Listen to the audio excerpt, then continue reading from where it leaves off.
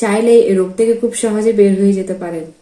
আপনি যদি আপনার যদি মনে হয় আমার রোগটা তো 10 বছর হয়ে যাচ্ছে বা আমার আরো বেশি বছর হয়ে যাচ্ছে, আমি মনে হয় আর ভালো হবো না কারণ রোগটা পুরানো হয়ে গেছে, এটাও মাথায় আসতে পারে। এটা একদম ভুল কথা। আপনার রোগটা 1 মাসের হোক, 5 মাসের হোক বা 12-13 বছরের হোক, কোনো সমস্যা নাই।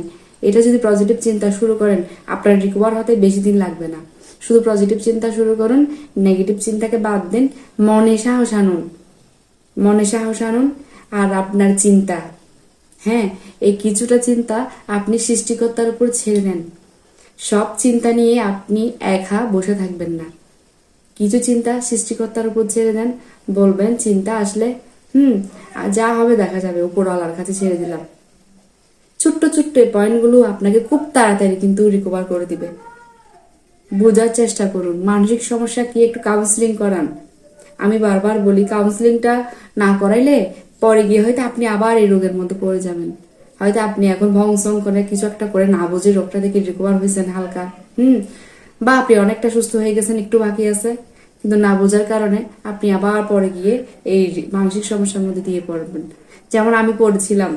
তাই বলতেছি, আপনি রোগটা সম্বন্ধে জেনে যান, বুঝে যান।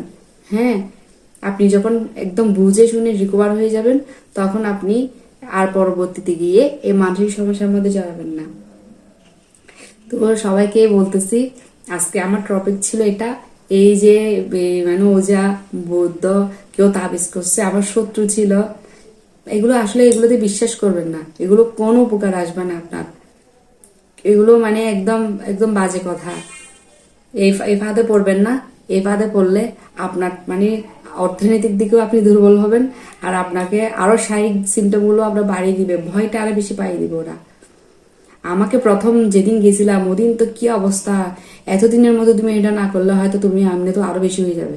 এবার শুনুন তো, একে তো ভয়ে থাকি, তার উপর যদি এরকম কথা বলে কিরকম একটা অবস্থা হয়। এগুলো বিশ্বাস করবেন না। এক উপরালাই আমাদেরকে জানে, এক উপরালার কাছে সবকিছু ছেড়ে দেন। তাবিজ, এই ভূত প্যাত, এই জিন, যা কিছু আছে আর কি, সবকিছু উপরওয়ালার কাছে ছেড়ে দেন। বলবেন যা করছে, কেউ যদি আমাকে কিছু করেও থাকে, আমার মৃত্যু যদি এটার মধ্যে লেখা থাকে, তাহলে আমি এটাই মরবো। এরকম ছোট্ট ছোট্ট মনোবলগুলো আপনি নিয়ে আসেন। আপনি এই মনোবল দিয়ে কিন্তু এখান থেকে বের হতে পারবেন। আর বাকি কিচ্ছুই না। আপনি যদি সারাদিন রুটিন সাজাচ্ছেন, হ্যাঁ বুঝতেছি, যা করবেন না কেন, হেলদি লাইফস্টাইল চলতেছেন, তারপরও পজিটিভ চিন্তা শুরু না করলে, মনে বল না থাকলে পারবেন না। মনে বলটা রাখুন, সবাই ভালো হয়ে যান।